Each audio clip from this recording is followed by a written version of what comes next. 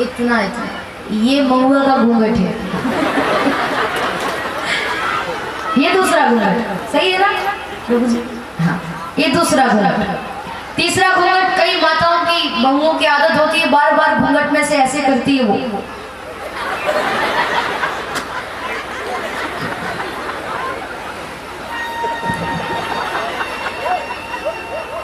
ये आदत होती है कई माताओं की। और चौथा घूंघट ये चौथा घूंघट है ना? अच्छा जजमानी ऐसे ये चौथा घूंघट। और छोटे से बाल कृष्ण घूंघट बताने लगे और कहने लगे क्या? छोटी सी दुल्हनिया जब अंगना में डोलेगी, छोटी सी दुल्हनिया जब अंगना में डोलेगी, तेरे सामने भैया वो घूंघट ना खोलेगी, तेरे सामने भैया वो घूंघट ना खोलेगी। जाओ से जा कहो बैठेंगे द्वार पे राधिका, मोरी से बिरज की छोरी से भैया करा दे मेरे राधिका, मोरी से बिरज की छोरी से भैया करा दे मेरे।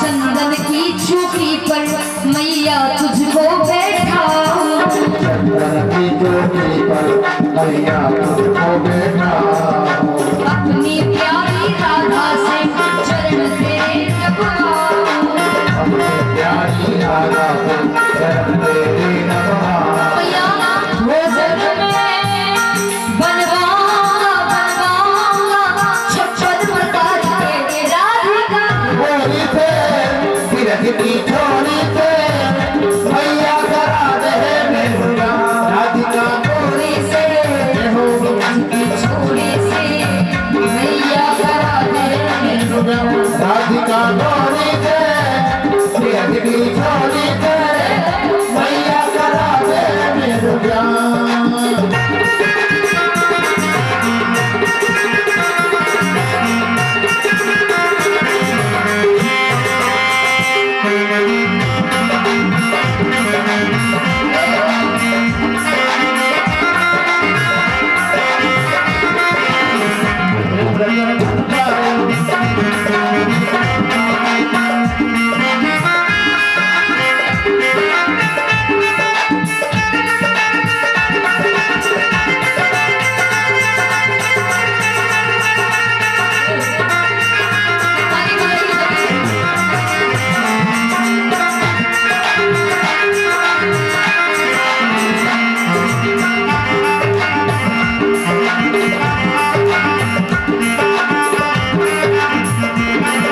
सुन बातें कान्हा की मैया बैठी मुस्काए, बातें खाना की भैया बेटी मुस्काए, अपने प्यारे कान्हा को माहिर जैसे लगाए, अपने प्यारे गाना को माहिर जैसे लगाए। नजर कहीं लग जाना मेरे गोपाल को, राधिका मोरी से बिरज की छोरी से भैया करा दे मेरा, राधिका मोरी से बिरज की छोरी से भैया करा दे मेरा, भैया करा दे मेरा, भैया करा दे मेरा। बोली राधा रानी सरकार की। रहे थे मिट्टी के घर बच्चे बनाते हैं ना, ऐसे भगवान ने भी मिट्टी का महल बनाया। दीदी के लिए सर ने ठाकुर जी के लिए 1100 रुपया डायरेक्टर सर ने ताली बजाइए। दिया है। वाह वाह, बहुत सुंदर। महाकाल की नगरी में देखिए आज अमावस्या भी है। आज का दान महादान है और कोई 1 रुपया भी चढ़ाता है तो भगवान उसको आज के दिन 1000 गुना करके भगवान देते हैं। तो एक भाई जी ने 1100 रुपये दीदी जी को दूध पीने के लिए दिए। 1100 रुपये का दूध पीना बाल्टी भर के। ताली बजाइए उनके लिए जोरदार। भगवान आपका भंडार के भरते रखे महाकाल। ये तो मिट्टी के भगवान घर बनाते थे, महल बनाते थे, खूब खेलते थे अपने सखाओं के साथ, बलराम जी के साथ। एक दिन भगवान ने क्या किया, मिट्टी से महल बना रहे थे बढ़िया अच्छा सा। महल बनाते बनाते ही भगवान ने एक मिट्टी का गोला उठाया और अपने मुख में धर लिया। इधर उधर देखा, कोई सखा देख तो नहीं रहा, सखाओं ने तो नहीं देखा, पर बलदाऊ जी ने, बलराम जी ने उनको देख लिया। लाला ने माटी खाई, यशोदा जी के पास गए और जाकर के शिकायत कर दी कि मैया तेरे लाला ने माटी खाई। मैया दौड़ लगाती हुई आई, क्यों रे लाला तूने माटी खाई? मैया कहते मैया कहने लगी मुंह खोल खोल, मुंह खोलना। कन्हैया ने सोचा कि ज्यादा मना करूंगा तो मैया समझ जाएगी कि हाँ खाई है, क्या करूंगा। एक सखा कहने लगा कि आप क्या मुंह खुलवाती हो माता जी, अब तो वो पेट पे पधार गई, अब थोड़ी मुख में रहेगी। मैया कहने लगी कि नहीं, कहीं मुख में लगी होगी इधर उधर तो मैं देख लूंगी, समझ जाऊंगी कि हाँ इसने खाई है कि नहीं। मुंह खोल खोल। जैसे ही भगवान ने अपना मुंह खोला, संपूर्ण ब्रह्मांड का दर्शन भगवान के मुख के अंदर यशोदा जी ने कर लिया। संपूर्ण ब्रह्मांड का दर्शन उसमें यहाँ तक दिख रहा था कि यशोदा जी भगवान को डांट रही है, वो भी दर्शन हो गया मुख में।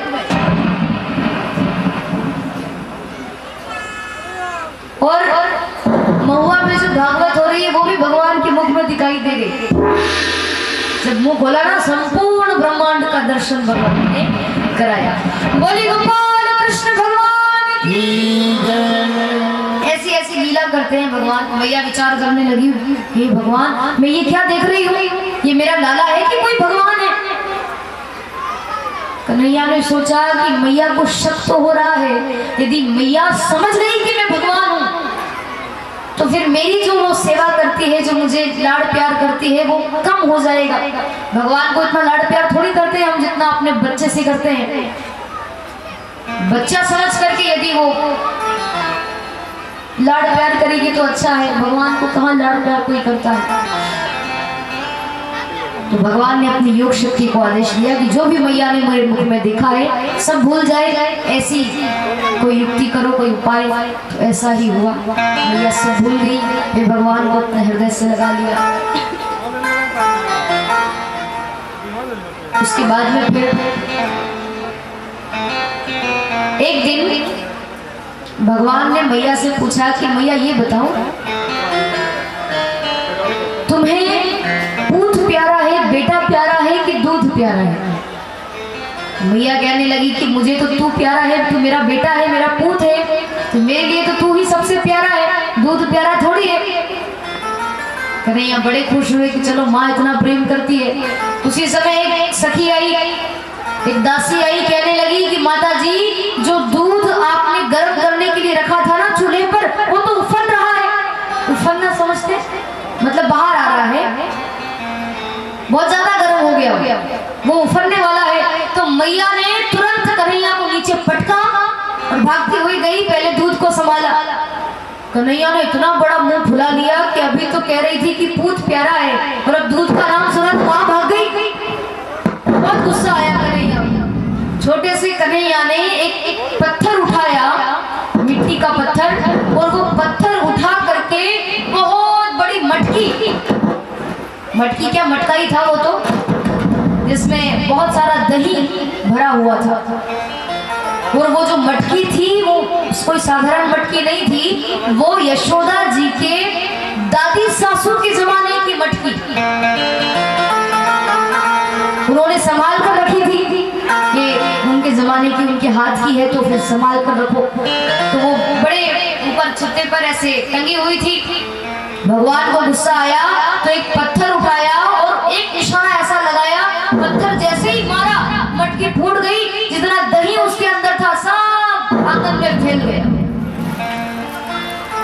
अब मटकी तो फोड़ दी। कन्हैया को ध्यान आया कि वो मैंने गुस्से में आके मटकी तो फोड़ दी, पर मैया आएगी तो छठी का दूध याद दिला देगी, बहुत मारेगी वो, क्योंकि ये मटकी कोई साधारण नहीं थी, उनकी दादी सासू के जमाने की मटकी। अच्छा, बच्चों को पता होता है कि हमसे गलती हो गई है और अब मार पिटेगी, तो बच्चों की आदत होती है कि वो पहले ही रोना शुरू कर देते हैं ताकि माता पिता रोना देख ले, आंसू देख ले, ये नहीं रो रहा है तो मारे नहीं। और माताएं तो होती ही ममतामयी है। कन्हैया ने मटकी तो फोड़ दी और रोने लगे। इतने में यशोदा जी, वो दूध उफना नहीं था, वो उफनने वाला था कि यशोदा जी पहुंच गई। वो तपेली, तपेली बोलते हैं ना, गंजी, गंजी बोलते हैं। गंजी किसको बोलते हैं? जिसमें दूध गर्म करते हैं। माताएं क्या बोलते हैं उसको? पतेली। अच्छा, हमारे यहाँ तपेली बोलते हैं, आपके यहाँ पतेली बोलते हैं। करना, करना में दही जमाया जाता है ना, पतेली, तपेली। थोड़ा सही फर्क है तब का। ये हमारे यहाँ तपेली बोलते हैं, आपके यहाँ पतेली बोलते हैं। तो पतली की पतेली, पतेली। हाँ, तो पतोली नहीं, पतेली। क्या था? पतीली, पतेली।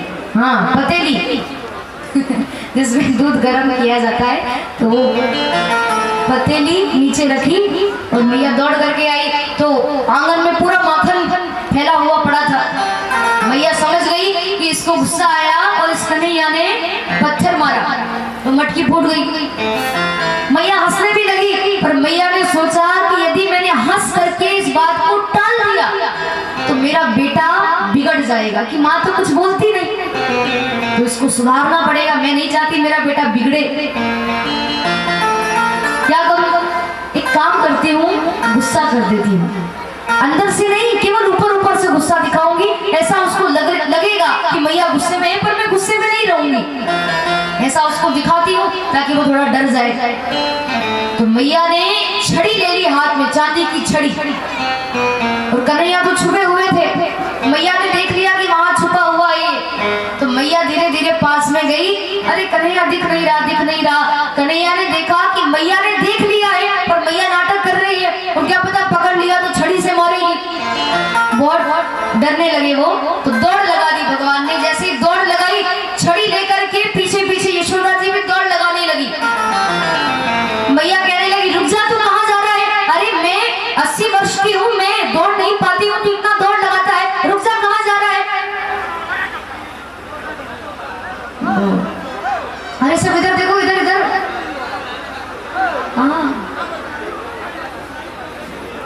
शांति बनाए बैठे।